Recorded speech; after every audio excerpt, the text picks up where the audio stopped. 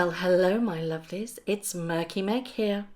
It's Monday the 8th of March. I haven't had any sleep because I've been up sorting out all of the information from the Bombshell Harry and Meghan and Oprah interview, and quite frankly I am gobsmacked. It goes way beyond any of us ever expected, but the take-homes are this. They got married 3 days before the actual wedding, so they wanted a private ceremony just for themselves. They got wed, and then they had another wedding. So that was a great waste of money, wasn't it? That she was completely unsupported in the royal family. She wasn't trained at all in what to expect. That she was suicidal when she was 5 months pregnant with Archie, and that when she went to the institution and those within the firm for help, they completely ignored her. They confirmed that they're having a baby girl. Well, no surprise there really. We all know that that was going to happen. And they both claim that a very uncomfortable conversation was had with a certain member of the royal family with regards to how Archie's skin tone was going to come out. And they've basically called the royal family a load of racists. The fact that Meghan said that it wasn't her that made Kate cry, in fact it was the other way around. But she's not going to drag her through the mud because Kate has apologised for that. So I'm going to go into a bit more detail. I'm going to go through one by one the bits of information that I've found. I haven't been able to process this yet because I was kind of tweeting as I go, and I was just so concentrating on getting the information out that I'm going to go through this with you guys and see what springs in my mind. But right now, I'm gobsmacked. He confirmed that they're not getting paid for the interview,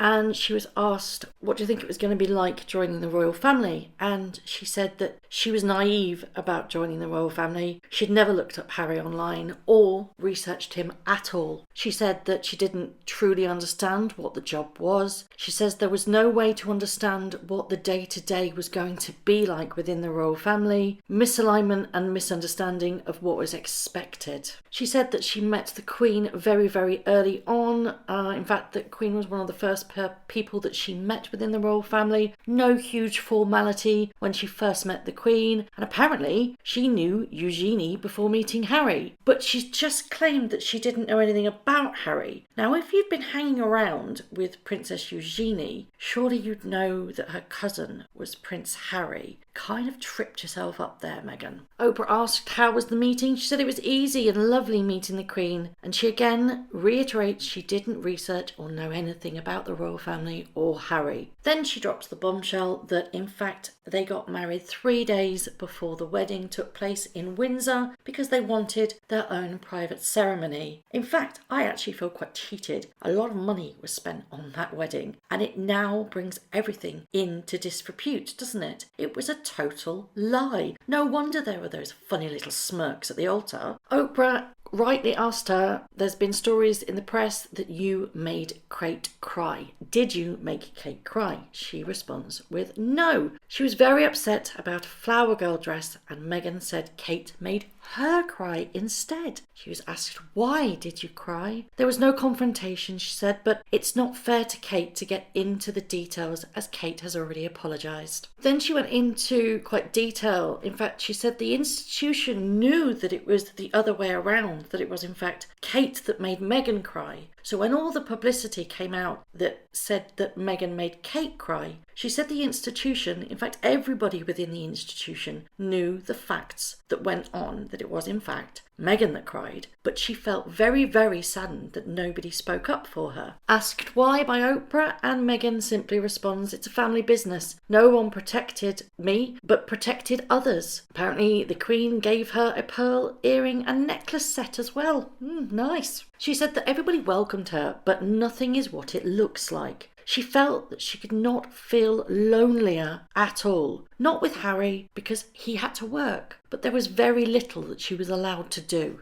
on a day-to-day basis. Then the subject of Archie came up and his titles, and that when Archie was, before he was born, there were concerns for Archie's title. Prior to his birth, his security was being taken away, and there was also conversations about his skin colour within the family. Oprah asked about the "is it okay" moment in South Africa, and Meghan said, well, the South Africa tour was exhausting and she'd been suffering from exhaustion, and she'd been asked the institution for help prior to going to South Africa, and this was denied. She said that when they got back from the Australia tour, she didn't feel protected at all. She said the firm wouldn't set the record straight against the stories in the media, especially about making her cry. The firm didn't want Archie to be a prince at all, and he wasn't going to receive security. She physically said that it was the royal family that stopped Archie getting a title. In fact, she said that she fought with them for getting him a title and argued that if he had a title, he would receive security. But she said the royal family flatly refused a title for Archie. The title is what was going to protect Archie, and that she said that they had created this monster machine around us. The firm has allowed that to happen, and their son needs to be safe. That was her exact words. When she was pressed for an explanation on why he wasn't given a title, she says there was no explanation given. Oprah asked if the title was important to Meghan, and Meghan said if it meant he was going to be safe and have security. Then Meghan made the implication that Archie wasn't given a title due to him being the first person of colour within the royal family. To which Oprah responded, she said, I thought it was you guys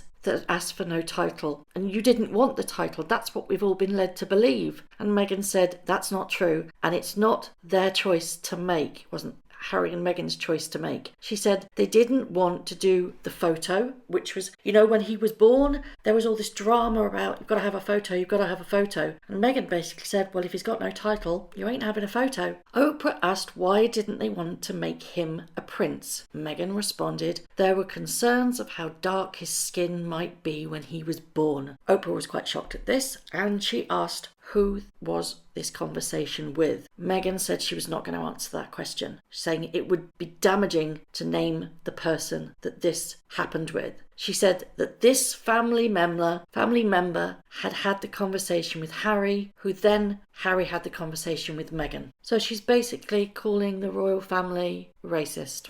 She also admitted that she had to talk to Harry, that she was almost on the brink of taking her own life. She went and told a senior person within the institution who said that they couldn't help her. She then went to HR and asked about some form of union, whether or not she could be involved in that, and was told that because she was not a paid employee of the firm, that wasn't going to be feasible. Oprah asked her, were you having suicidal thoughts? To which Meghan Markle said yes. She said that she reached out to one of Diana's best friends for help. She said that her passport, her driving licence, all her IDs were physically taken away from her when she joined the royal family, so she felt trapped. She says the one thing that still haunts her is a photo at an official event at the Royal Albert Hall, and her friend called her afterwards and said that they both looked so grey and ill. Harry didn't want her to go to that particular event that night and asked her to stay home, to which Meghan said, I can't be left alone, because she was afraid of what she might do to herself. So she went along with Harry to the Albert Hall and gripped his hand all night. Oprah responds, well, that's very shocking indeed. And Meghan says, well, I wasn't planning on telling anything shocking, but it's just telling you what happened. Oprah asked, what might Buckingham Palace say about you speaking about this in the interview? And Meghan replied that she's not going to live in fear anymore. This bit's a doozy. Now listen carefully. She says she's lost lots already. She's lost a father. Yes, apparently she's lost a father, a baby, nearly lost her name, and loss of identity, and her hope for people to know there is another side. That's what she hopes. Then she confirmed that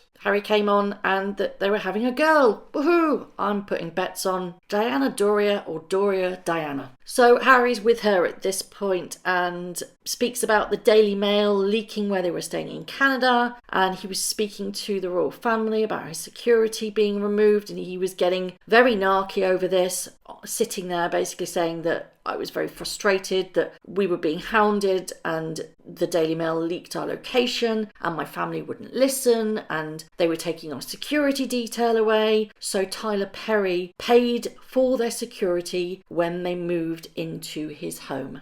Oprah then asked Harry outright whether or not he blindsided the Queen. What was the tipping point that made you leave? Harry said that after going to all the normal places that you would normally go for to ask for help, they did that separately and then they did it together. They left because they were asking for help and couldn't get it from the institution and the family. But he says they never left the family. We only wanted to have the same type of royal life that already exists. They wanted to only step back as senior working royals and to be just like several other of the royal household who earn a living. And he suggested that they perhaps wanted to take a breather, go and live in New Zealand or Africa. That was met with a brick wall, apparently. He said he didn't want history repeating itself like his mother. He never expected that the mixed race thing to be a problem, but it didn't take very long before he became aware of the unconscious bias. He then did a massive dig at the UK press,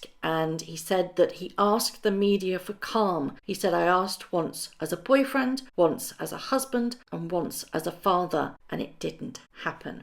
Again, Oprah pressed him, what was the reason you left? And did you blindside the Queen? And he said the reason they left was the lack of support and lack of understanding. And Oprah asks them again, was the move due to media interests or lack of support from the firm/family? And Harry said both, but he denies blindsiding the Queen. Oprah asks, well, where did that story come from? And Harry answers, at a guess, from within the institution. Oprah asks Harry, how do you know the Queen wasn't blindsided? And Harry says, well, in Canada, he had 3 conversations with the Queen and 2 conversations with Charles before he stopped taking my calls. That's right, Charles stopped taking his calls. To which Oprah goes, hold on. Your father stopped your calls? And Harry confirmed that Charles asked for it all in writing, which apparently Harry did, and the reasons why he was leaving, and that the announcement would be released on the 7th of January, which is when they hit the nuclear button of Mexit. He said that the royal family knew about his plan all along. Oprah asks, why did Charles stop taking your calls? And Harry asks, because I took matters into my own hands. Oprah asks Harry, what did you think when Meghan was at breaking point? And he says a conversation couldn't be had within the institution, and he was ashamed to speak up that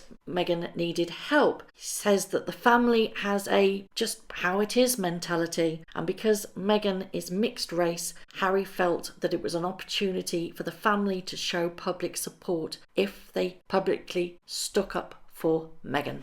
Harry says that the family are equally aware of the fear that the tabloids could turn on them. Then talked about something very peculiar, and a lot of the royal reporters are now going, we didn't know about this. He talked about an invisible contract between the palace and the tabloids, which is that if you're willing to wine, dine and give full access to these reporters, then you'll get better press. What? That's bonkers. Then obviously Oprah brought up the Netflix deal and outrightly asked them, do you watch The Crown? To which they've said, we've watched a little, yes. Harry then went on a big rant about how he didn't ever think that his security detail would be removed because he'd been born into the position and inherited the risk. So he was very shocked when Buckingham Palace removed his security. In fact, he said that it completely changed their whole plan. Meghan confirmed, she piped up and said that she wrote to the royal family and she begged them not to remove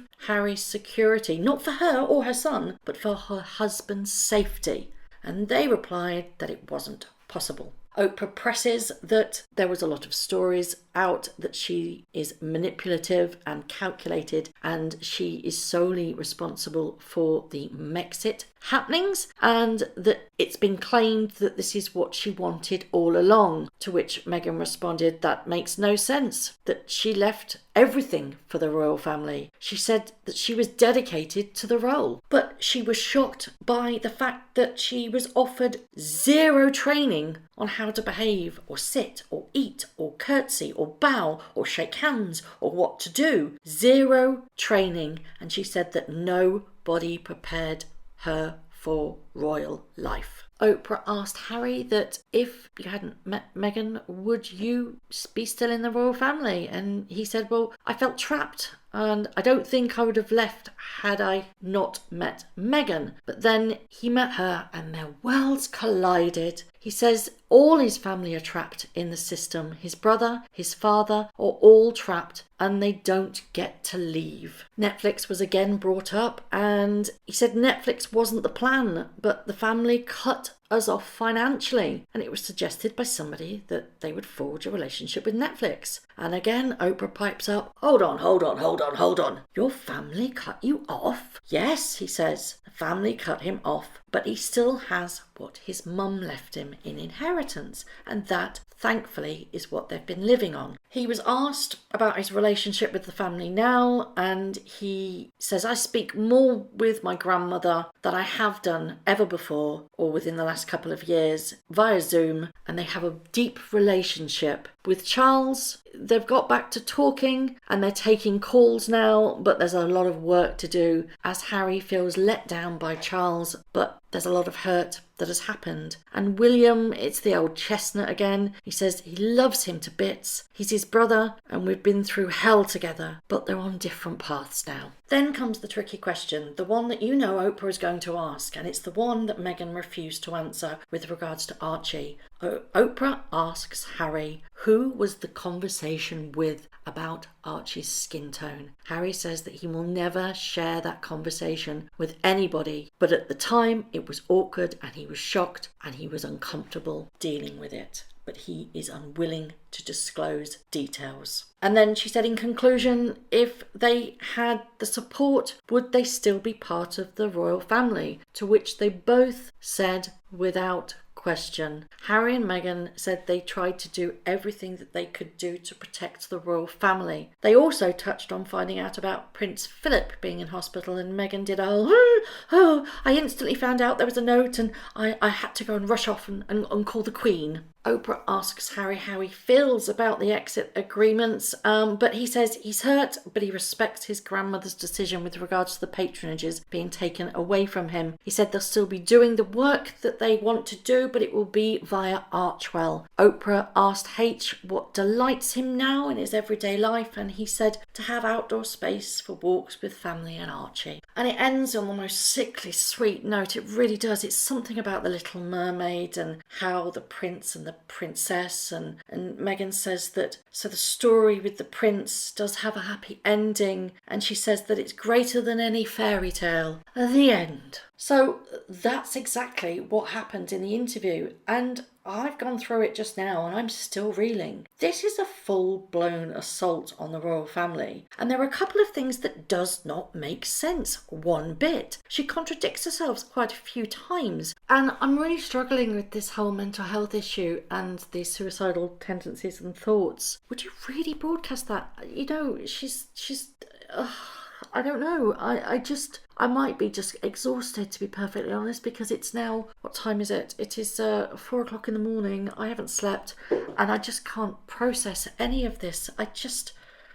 I'm gobsmacked. They're literally throwing the royal family under the bus and making them seem cruel, unkind, spiteful, and just downright cold. I feel so sorry for the Queen. And do you know what really gets me is that she says about the passport, and she says how that they had them and so she couldn't go anywhere. Well, they flew places. She went on the baby shower. She also went to see Serena Williams at the US Open. She had to have had a passport for that. So she's kind of contradicting herself. They've just totally thrown everybody under the bus and just burnt all the bridges. And I'm just so angry about the wedding. They were married before. Oh my God. I just feel like the wool has just been completely pulled over our eyes this whole time, and that they're two petulant, spoiled, rotten, nasty children that just didn't get their own way and have just gone, we're going to burn everything. And that's what it seems like.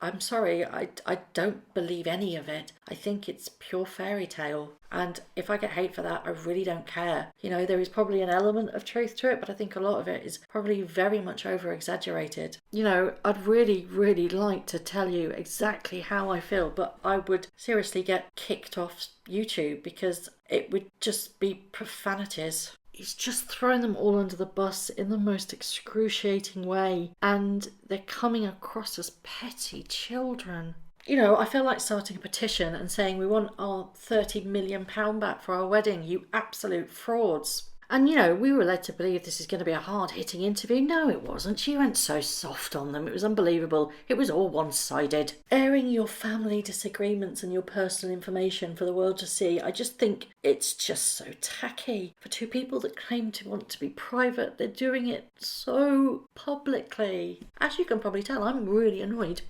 I just don't know where we go from here. You know, what a public? Oh, I'm so tired. What are Buckingham Palace going to do? Are they going to release a statement, or are they going to do their never complain, never explain? Are they just going to be like crickets and say nothing? That's a bad move.